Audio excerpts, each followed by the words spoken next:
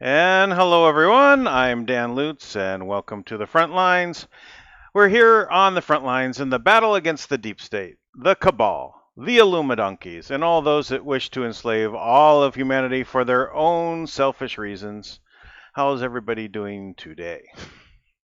Well, today, as with every day, seems like we're getting more and more piling on. Yesterday, I did cover what I think to be another one of those instances where they try to divert our attention, change the narrative with this unfortunate death. And I can question whether there's actually someone that dies. Probably someone did, but everything is in question when it comes to these pushes to create a race war. You know, to create, ferment some sort of racial discord. Now, obviously, so let's just consider that this is really that someone had died.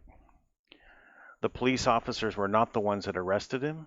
It wasn't the same vehicle that where they took him out, that approached him and took him out of his vehicle. There was no struggling on his part ever along the way, and it looks horrible. Looks horrible. But is this a fake incident? Meaning that they created this incident on purpose, staged it to have a horrible imagery to get people to riot? That is the question. Now, I would like to, point out that there are some other things along this line that a reason why I'm not saying the word false with something that you waive is because of censorship from the tech giants. And when I named that episode yesterday, I changed, I obscured the name of false along with that thing you wave. Banner, how about that? A false banner.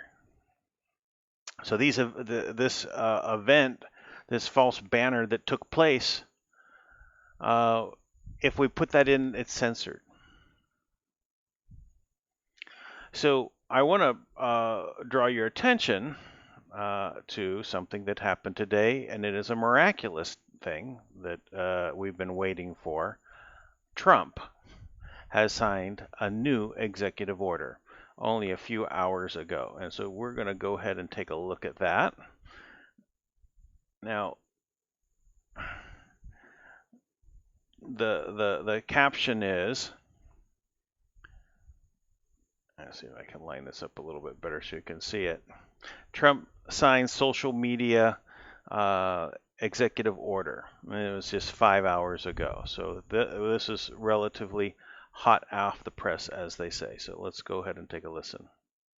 American history for so small a number of corporations to control so large a sphere of human interaction, and that includes individual people controlling vast amounts of territory, and we can't allow that to happen, especially when they go about doing what they're doing, because they're doing things incorrectly. They have points of view, and if we go by that, it's actually amazing that there was a success in 2016, but we can't let this continue to happen. It's very, very unfair.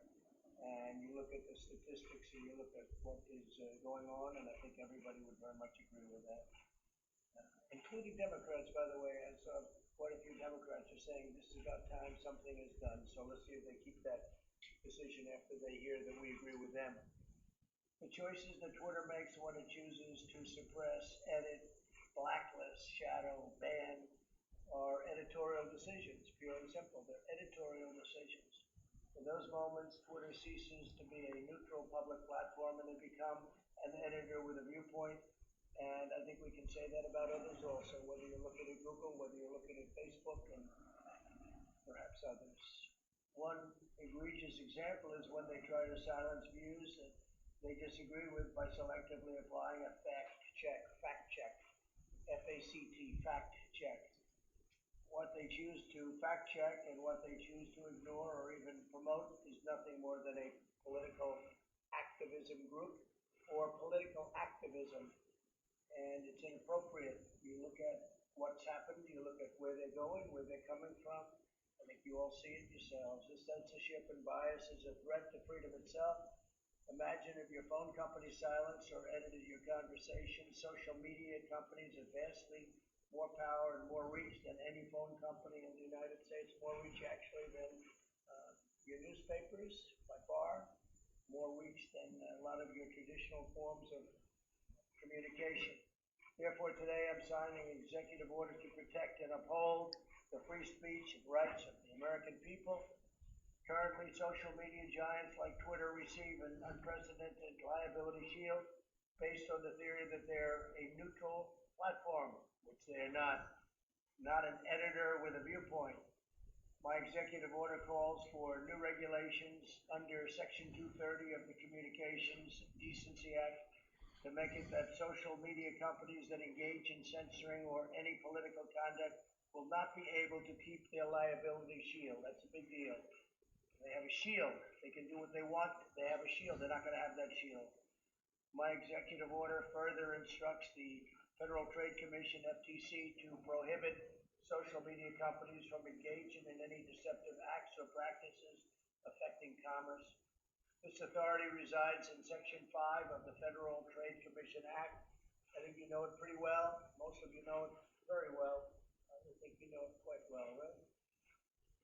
Additionally, I'm directing the Attorney General to work cooperatively with the states. He's going to be working very much and very closely in cooperation with the states to enforce their own laws against such deceptive business practices. The states have broad and powerful authority to regulate in this arena, and they'll be doing it also, and we encourage them to do it. if they see exactly as we've been seeing, it's, what they're doing is tantamount to monopoly, you can say. It's tantamount to taking over the airwaves. Can't let it happen. Otherwise, we're not going to have a democracy. We're not going to have anything to do with a republic. Finally, I'm directing my administration to develop policies and procedures to ensure taxpayer dollars are not going in any social media company that repress free speech. The government spends billions of dollars on giving them money. They're rich enough, so we're going to be doing none of it or very little of it. As president, I'll not allow the American people to be bullied by these giant corporations. Many people have wanted this to be done by presidents for a long time. And now we're doing it, and I'm sure they'll be doing a lawsuit, and I'm also sure that we're going to be going for legislation in addition to this, and the legislation will start immediately. And I tell you, I've been called by Democrats that want to do this, and so I think you could possibly have a bipartisan situation. But we're fed up with it, and it's unfair, and it's been very unfair, and we'll see what happens. Any questions? So let's just stop it right there before we get into the questions. So this, my friends, on the front lines in this battle against the deep state is a humongous bomb going off.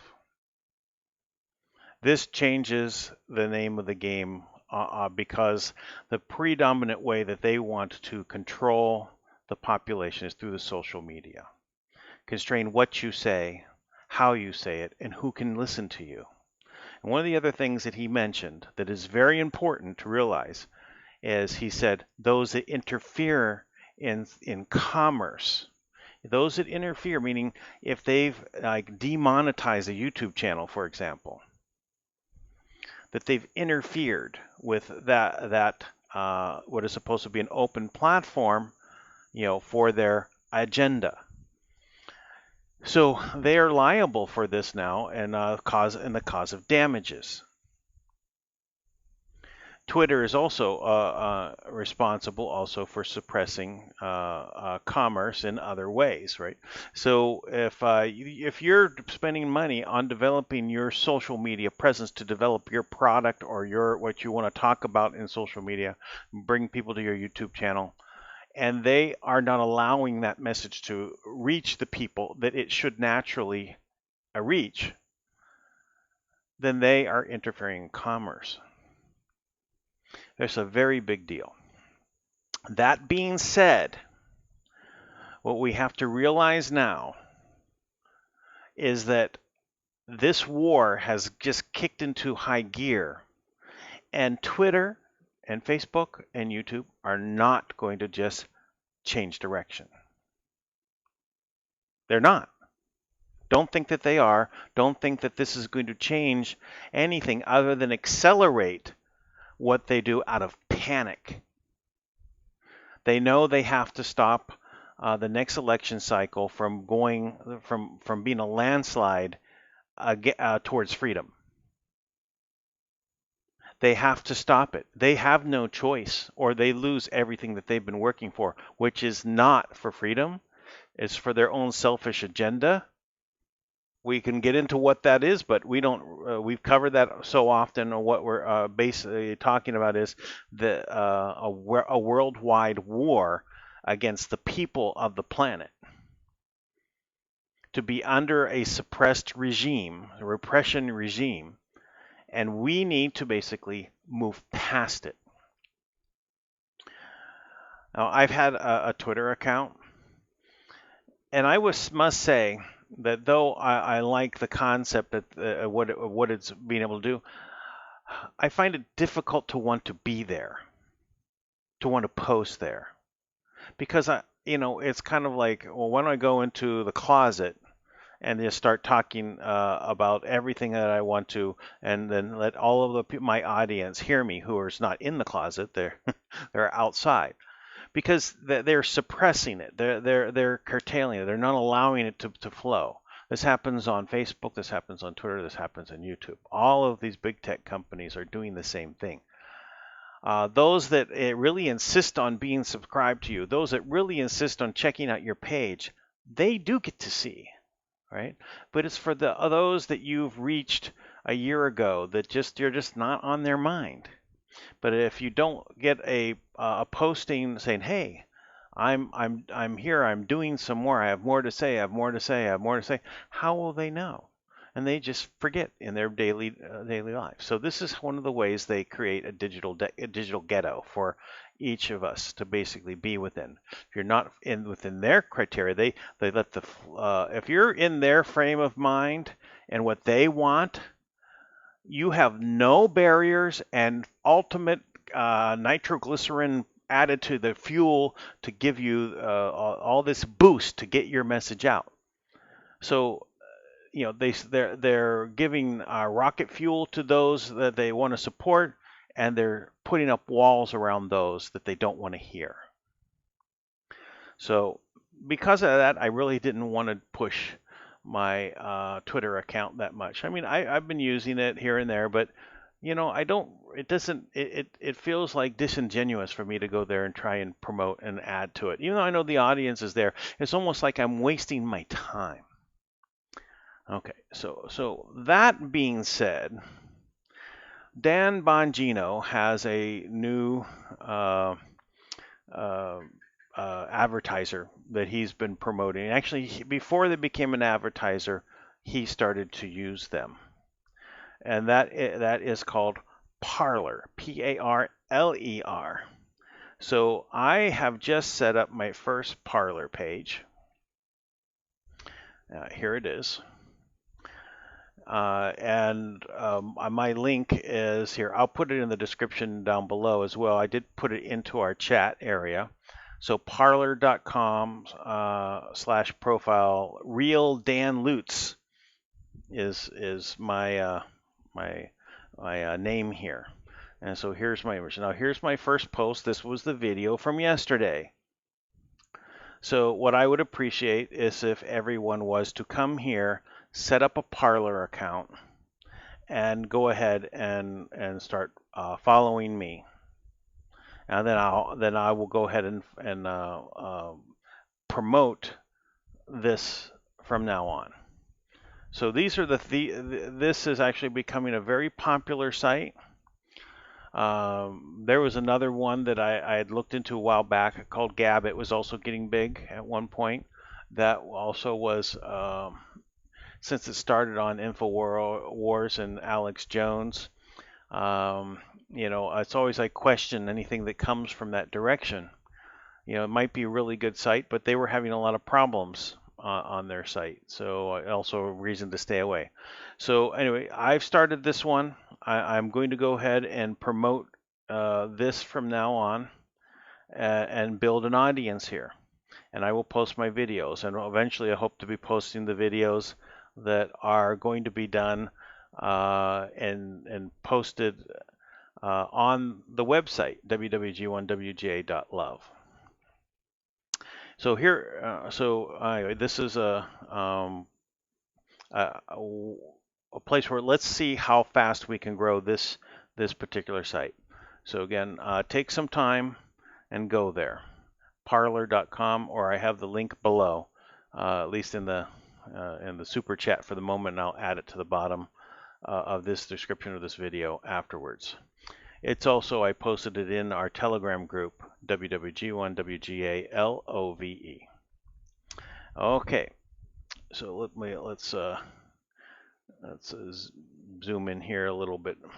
So the name for today, let's go into this. I called this one, "At what point should this be classified as murder?"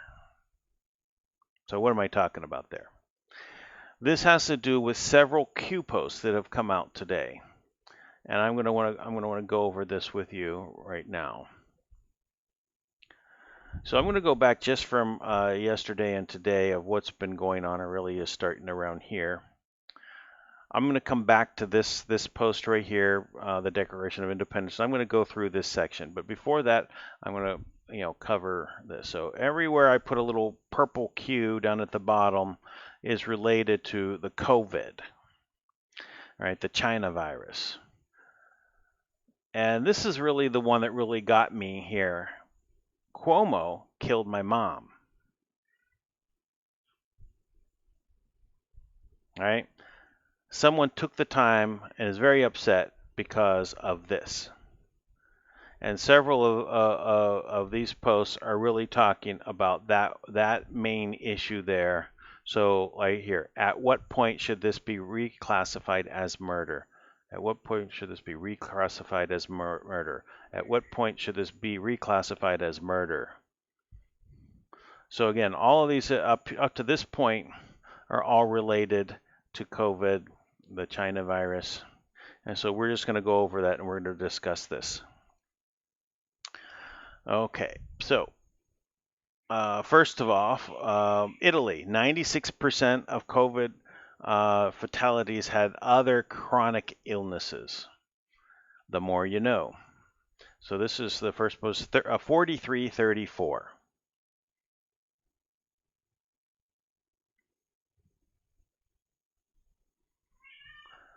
So published on the 27th of May, Rome. The overwhelming majority of deaths with coronavirus in Italy have occurred in the presence of two or more serious chronic illnesses, according to the report from the country's National Health Authority, the ISS. Italian health authorities announced in a recent report that only 4.1% of the fatalities tested positive for Wuhan coronavirus happened in the absence of serious comorbidities, while the average age of the deceased was over 80 years old. So that means that only 4% of anyone who tested positive for the Wuhan virus actually did not have anything else wrong with them. If you were healthy, very unlikely that you got it. All right. So the average number of comorbidities among Italian deaths with coronavirus was 3.1, ISS revealed. Just 15% of the fatalities occurred with the presence of just one other serious pathology. That's 15% of all that basically had deaths. Only 15% had one other problem. So while 21.4% died with two pathologies, and then the vast majority, 59.6% of those that died, had three or more pathologies, and plus being over 80. So the more this information gets out, the more we realize that this has nothing to do with a virus that's dangerous to the population, because these people mostly had other problems and they're 80 years old and close to death. When you're in your 80s, yes, you can live to 90s and you can live to 100, but you have more ailments at that time, and one thing can take you out. Any flu can take you out, added on top of these other ailments. Okay, let me continue here. So most common comorbidities were arterial hypertension, heart disease, right, in 68.3% of the cases, type 2 diabetes in 30.1% of the cases, and ischemic heart disease with 28.2%, arterial fibrillation 22.5%, and chronic renal failure 20.4%. So these are some serious other problems, right? So here's the graph.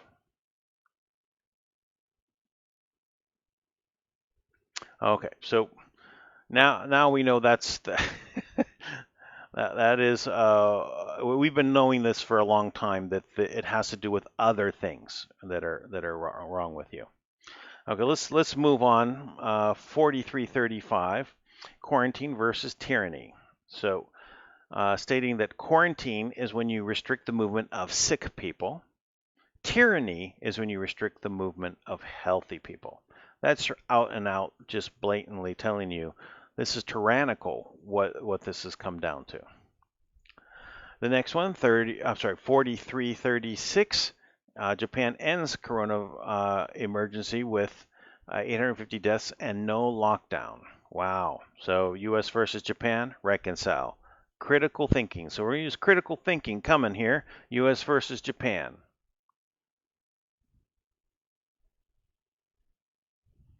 Let me go over this one. Yeah, I highlighted this one already. So Japan's Prime Minister Abe has announced that the end of his state of emergency declaration for the novel coronavirus pandemic, with just 851 deaths reported without ever implementing a lockdown. So 16,628 confirmed cases and 13,612 have already recovered, and only 851 have died. So the question is, when you start looking compared to the U.S., why did this occur? You know, why is the U.S. so far out of line with what happened here? So Abe has faced criticism for taking little action to curb the virus spread, as many other nations implemented stringent lockdowns. So he didn't do the lockdown, and they made out much better. So this is something to take note of. All right, so let's move back over here. A second here. All right, the next one, 4337, most important COVID statistics. 43% of U.S. deaths are from 0.6% of the population. So expand on the last drops, U.S. versus Japan, apply. So let's let that sink in. 42% of all the COVID deaths are taking place in facilities that house 0.62% of the U.S. population. Nursing homes. Why did nursing home populations suffer as a direct hit, re COVID deaths? New York, New Jersey governors orders, in brackets, push COVID positive elderly into nursing homes. So they push them into nursing home. They have a disease that kills elderly, and they push them by order back into the nursing homes. They go to the hospital, they get out of the danger zone, and then back to the nursing home. So why would, if they have this very dangerous disease that spreads very quickly, would they send them by order back? So the USNS comfort capacity is over 1,000 beds. The hospital capacity, well, that was very underutilized, right? Why do they have to send them back? What other Democrat governors mandated similar same orders? Ask yourselves a very simple question. Was it known, common sense, early medical reports, elderly community most at risk? Yes, it was known that the elderly community was most at risk. Yes, this was known. Why would 4 Democrat governors push COVID infected patients into safe nursing homes? Ignorance is a choice. Q. So what we're seeing is the U.S. and Japan versus one another, no lockdown, and less deaths. We have governors, 4 Democrat governors forcing the people with COVID into the nursing homes by order. All right, next one, 4338. 43% of the U.S. COVID-19 deaths are in nursing homes. CDC conflates remainder. So expanding on the last drop, apply. So 43% of the 100%, so nursing home deaths, right? CDC conflated 34 to 57% of the COVID deaths, data including pneumonia and influenza.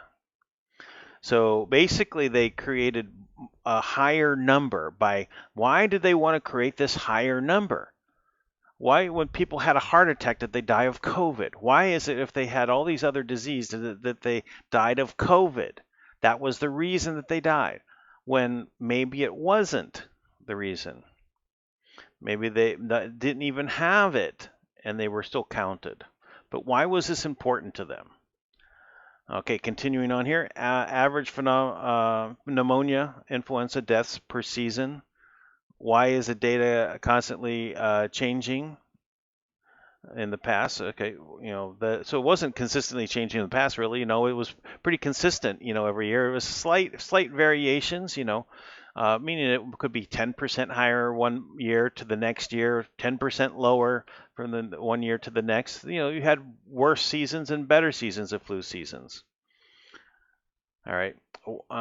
So sometimes a Wayback Machine can find many Easter eggs. So CDC data versus now. So the CDC's data is changing. Why? Why is it changing? Well, who's in charge? Look at those people. Next one. Michigan governor continues deadly COVID nursing home policy. So this is, again, that picture. Cuomo killed my mom. All right. At what point should this be classified as murder? Didn't highlight that one. It deserves to be highlighted. At what point is ignorance, common sense, no longer valid excuse? Evil surrounds us. Yes, it does. These are evil acts. People that do not care for their other human beings. They do not care for us. It's their own selfish reasons. They do these things. Okay, so next one is 4340. New York governor, nursing homes have no right to reject corona patients. At what point, again, same thing. At what point should this be reclassified as murder? At what point is ignorance, common sense no longer a valid excuse?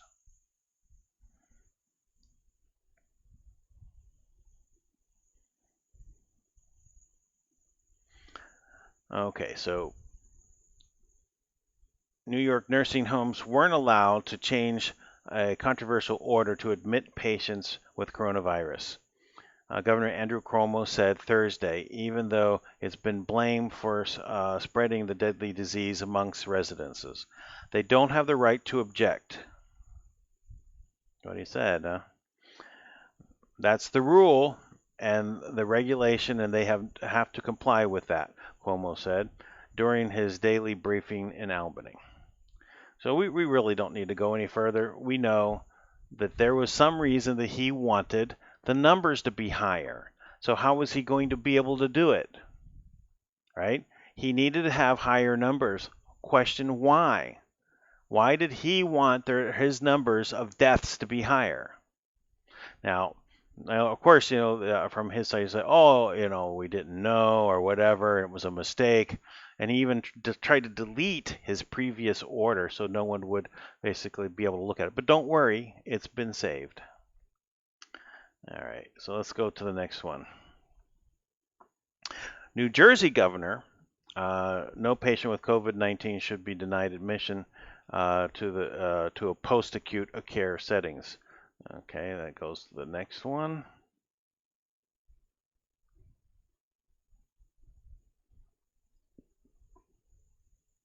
Oh, yes. So the main point, without going through this, but this is the governor's order. And basically, during this global emergency, all post-acute care settings must comply with expedite receipts of patients and residents discharged from hospitals. Basically, when someone had a problem in the nursing home, they sent them to the hospital for more care.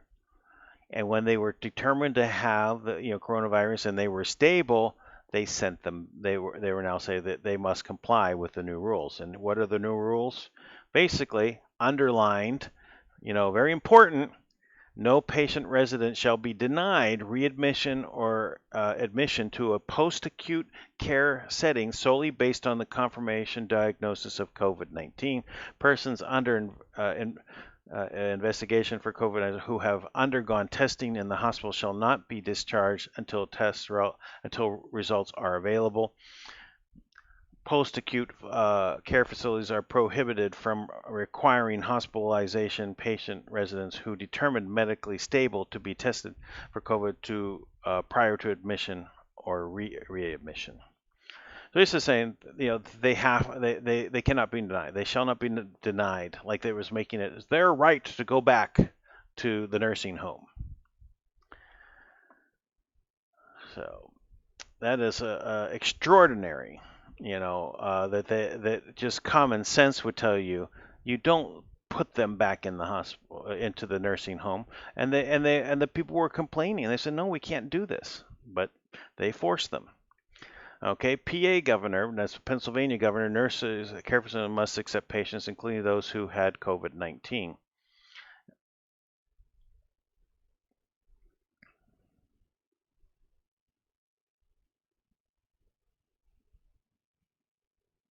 So let's zoom in on this one.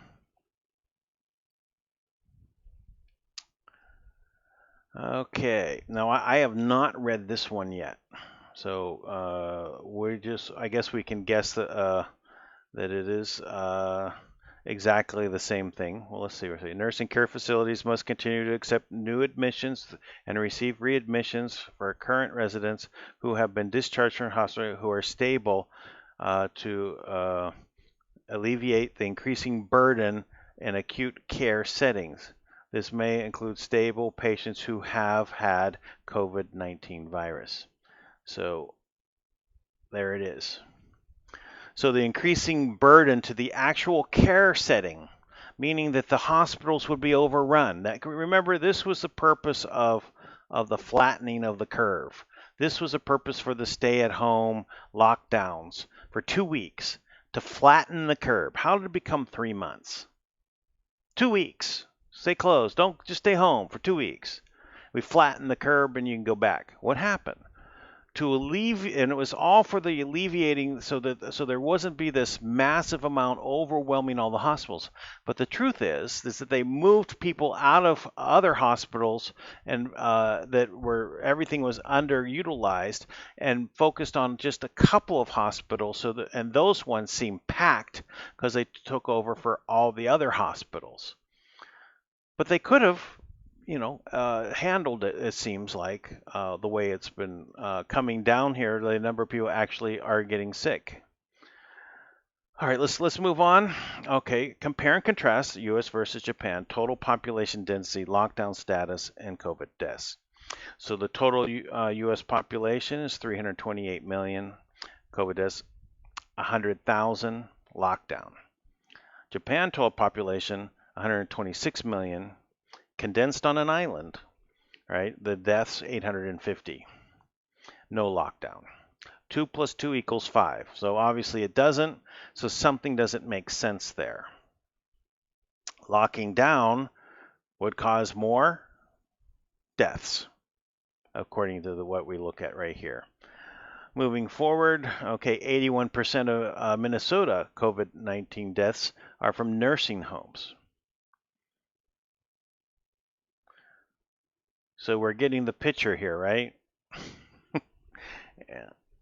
81% of Minnesota COVID deaths are from nursing homes, but facilities still allowed to admit positive patients. So they made them into death camps. They just keep sending the sick people into these places where people are old and have other ailments, and it ends up in their deaths. Well, I don't think we need to go any further. We got the picture, right? We know what's going on here. All right, doctor talking about safety of hydrochloroquine and how it only became controversial after POTUS tweet. All right. So yeah, he tweets that he's taking COVID, or he tweeted that it was something that was going to be effective.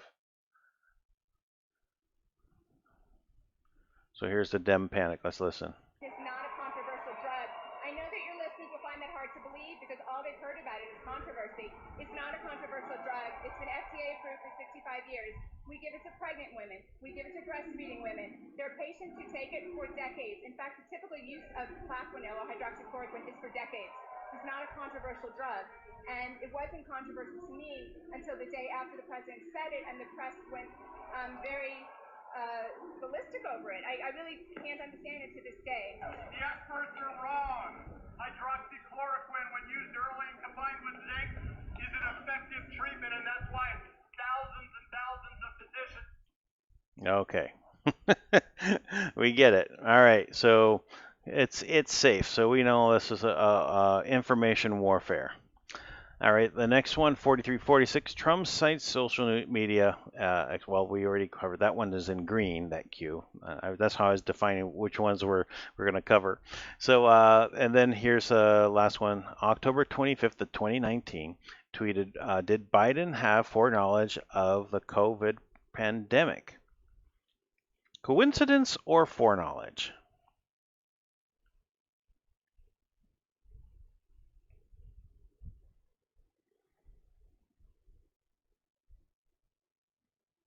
Joe Biden with a mask. Well, a mask bandit seems more likely, but all right. We are not, this is from October 26, 2019. We are not prepared for a pandemic. Trump, so in October, right? All right, so Trump has rolled back progress President Obama and I made to strengthen global health security. We need leadership that builds public trust, focuses on the real threats, and mobilizes the world to stop outbreaks before they reach our shores. Very interesting, right? So why does he talk about this in October? You know, so when? So that's the end of all the Q posts for the now. So here's the question.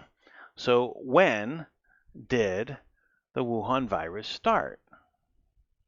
A lot of people say December, but there has now been reports that it was actually in October. For some reason, in the streets around the Wuhan laboratory, all of the cell communication was shut down for a period of days. So was this, really a release when that happened? Right? Was it an accident that it happened at that point? Was it on purpose that it was done at that point? Were they doing a test with 5G to make people feel sick? If you can make people feel sick and then there's a virus going around, they can maybe think that they're sick from the virus. So did Joe Biden know? After all, he has a lot of connections in China. Enough to trust his son with $1.5 billion. So the question comes in is like, when should this be reclassified as murder? I can say from just reading through these posts in this way, now is a good idea. Let's reclassify it as murder. After all, Cuomo killed that guy's mom and other moms and dads. These governors forced the sick people into a place where they were vulnerable to die. The only people vulnerable to die, apparently, on average, overwhelmingly, 80 years plus. So, all right. So there is one more thing I wanted to cover. It's still on this page, so I'm going to go over that now. Let me bring this back up.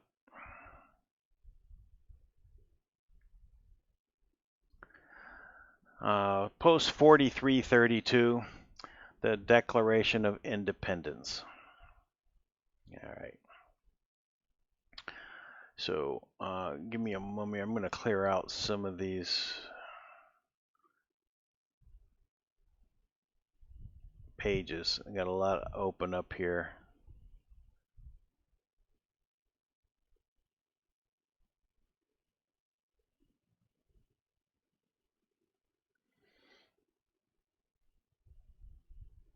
Okay. So, starting with just a couple of words, invariably, right? Meaning always. I wanted to point out a couple of words here.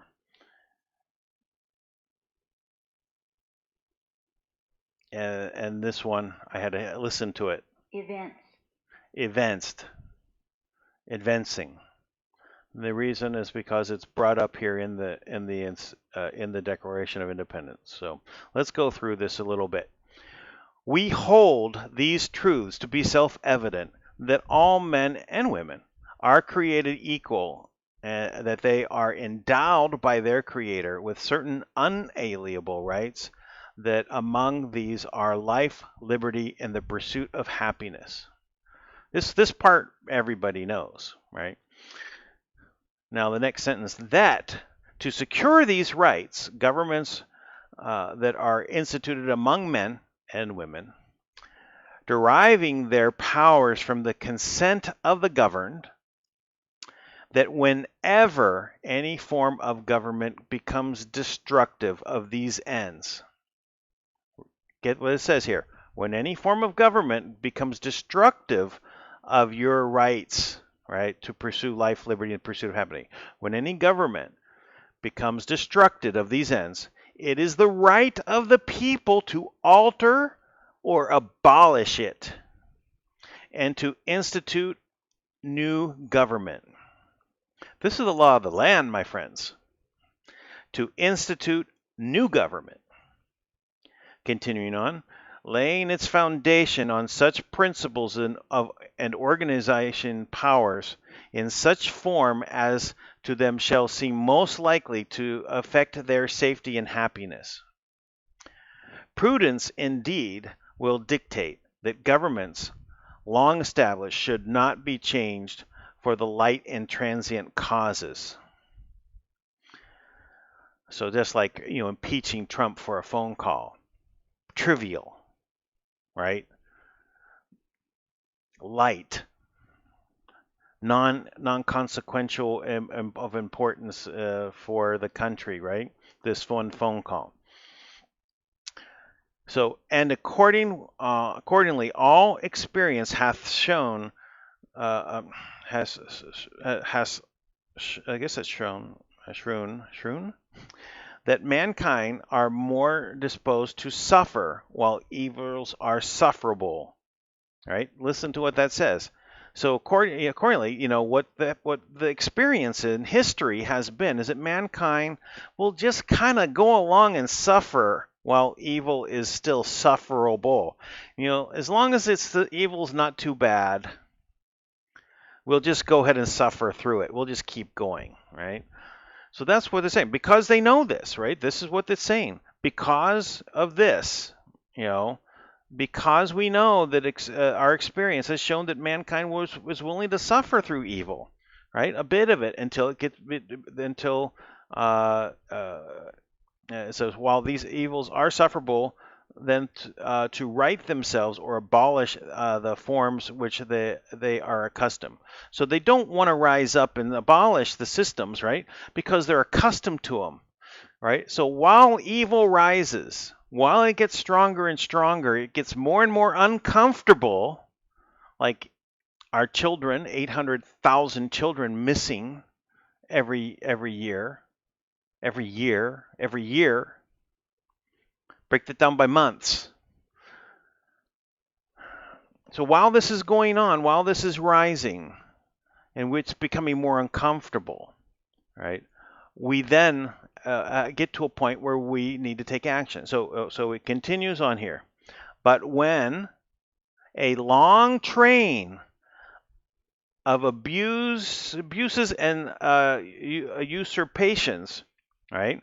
So usurpation, basically removing our rights, removing the right to free speech by censorship through the big tech companies. Abuses, things that are not fair in court. Look at what happened to Roger Stone and General Flynn. And you how many times you had to go to court and it was unfair what happened to you? You had nothing to do. You just had to go along with it. And then so pursuing invariably, right? So that means it's going to happen. Always does. The same object advances. I mean that it's focused on these things, right? A design to reduce them under absolute despotism. That means that these evils are going to rise with an object to basically, and always do, to make us absolutely live in poverty, to remove everything we have. It always happens. It's saying, we know from experience this is what happens. But you're right, right? Here it is. It is their right, it is their duty to throw off such government and to provide new guards for their future security. Well, my friends, looks like this is the time. You know, we're working on assembling the people in every state. That is a legal term, to assemble the people, to come together, assemble. It doesn't mean to come together and protest and hold up signs outside and wave at them on the inside while they laugh at you. It means a legal body, the de jure government. The people are the government.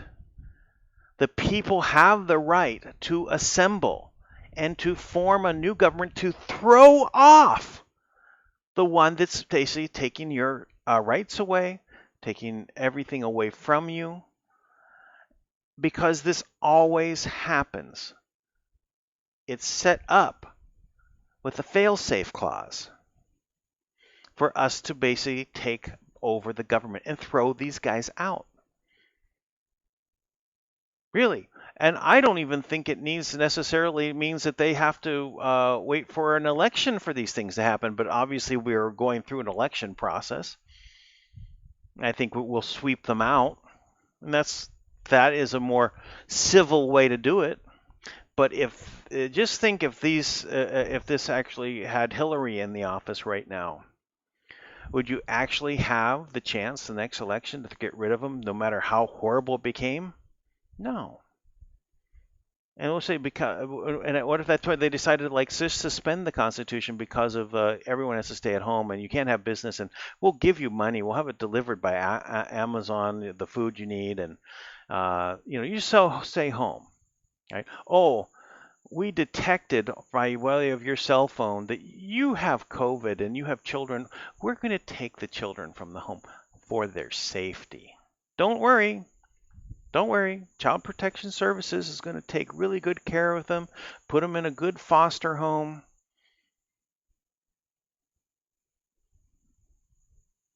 Because can't have them get sick when, wait a minute, they're not really at risk, are they? So why would you take them from the home? It's the elderly that are at risk.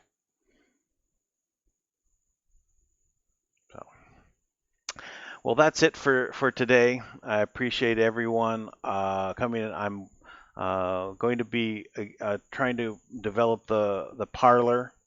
Please do come over there and visit and go ahead and set up an account. Do follow me.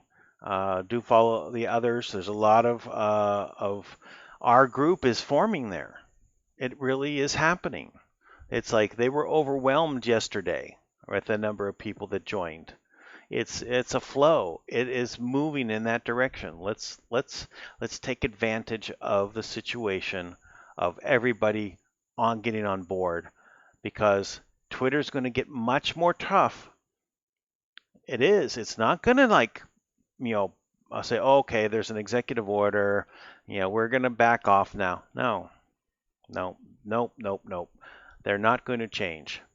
This is a battle to the death. That's what this is. It's either their death of their platforms or our physical death, because they do want us to die. They want to reduce the population of the planet. So, on that note, Let's go back to this more positive things. We'll try see if we can find something good tomorrow to talk about. We'll see you then. Have a good day. Bye bye.